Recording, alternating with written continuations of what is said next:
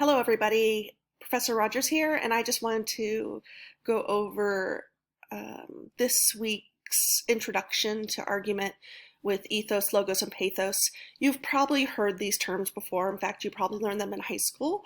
And we like to call this the rhetorical triangle, right?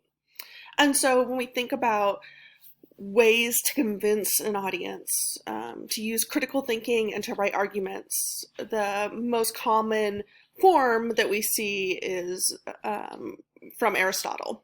And so Aristotle believed that the first part of an argument is the ethos, that is the author writing and portraying to their audience their credibility and trust in the author. So you're going to believe that that person is telling you the truth, that they're giving you valid examples and data, that they're trustworthy, and that they're not trying to argue something for a nefarious reason.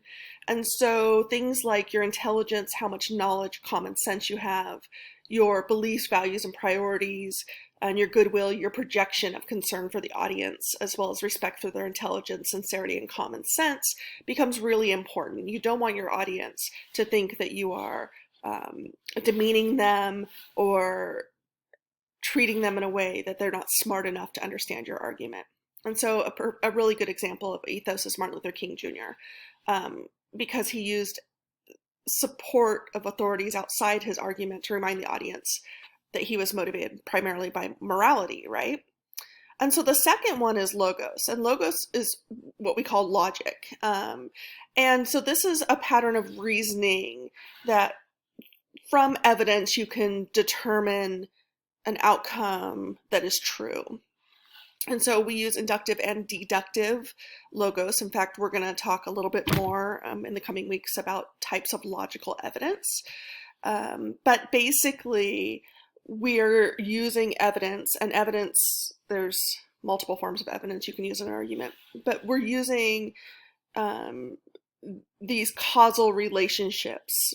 So, for example, you might show the way that one thing leads to another, which causes this thing to happen, right? Cause effect is pretty normal form of logical evidence.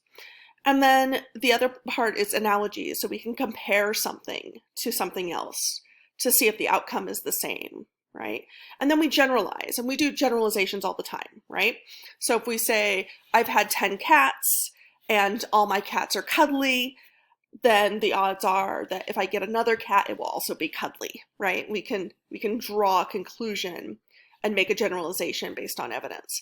And so a good argument uses both ethos, the author's credibility, and obviously logical logos, logical arguments. But you can't really have an argument without emotion. You can, but they're not very convincing, right? Think about just reading a very boring report that's just giving you information. That's probably not going to convince you, right? There has to be a human element or a human touch to it. So Aristotle called these the pathetic and emotional proofs because it draws on sympathies of the audience in order to get them to accept an idea. My argument is always that you need some emotion in there. You need to tell the reader why they should care, the emotions that we use every day. If you've ever wanted something from your parents, for example, you might use a little guilt trip, or you might be very sweet, or maybe you're like my middle child who likes to bargain, right? He uses that emotion of fairness to convince me to do things for him.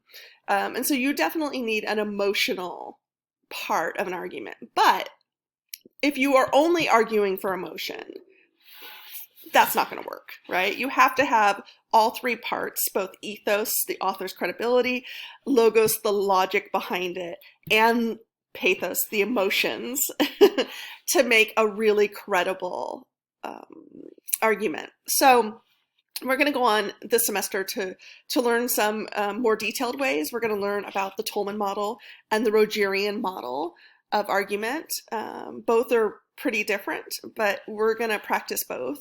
And I hope that you're having a great week.